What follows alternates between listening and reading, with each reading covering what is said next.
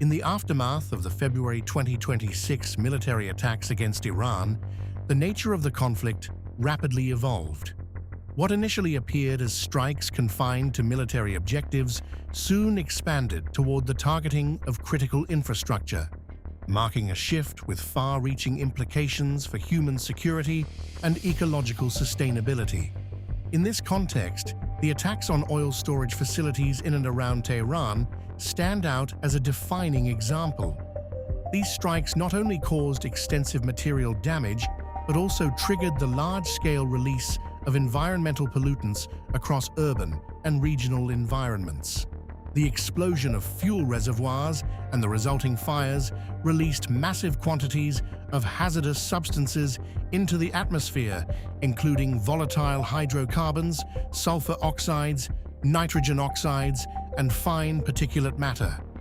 These particles, particularly those in the PM2.5 range and smaller, are capable of penetrating deep into the respiratory system and even entering the bloodstream, significantly increasing the risk of respiratory and cardiovascular diseases, as well as premature mortality.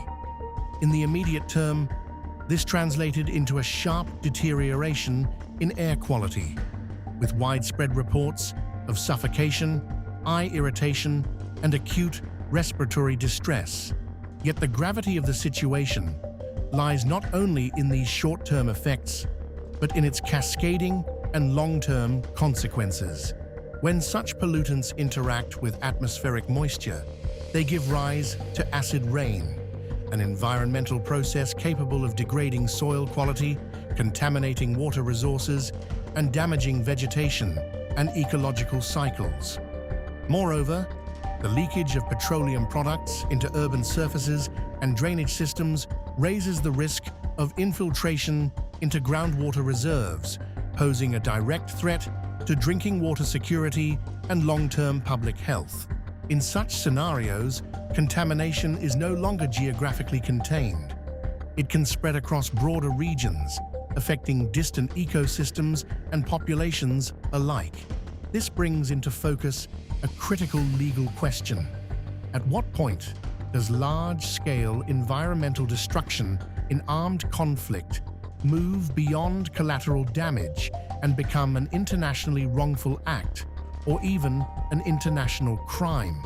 The concept of ecocide, increasingly discussed within international legal discourse, seeks to address precisely this gap. It refers to widespread, severe, or long-term damage to ecosystems. However, in the absence of a universally accepted definition and a binding legal framework, such acts often remain beyond effective accountability, with no clear legal consequences for those responsible.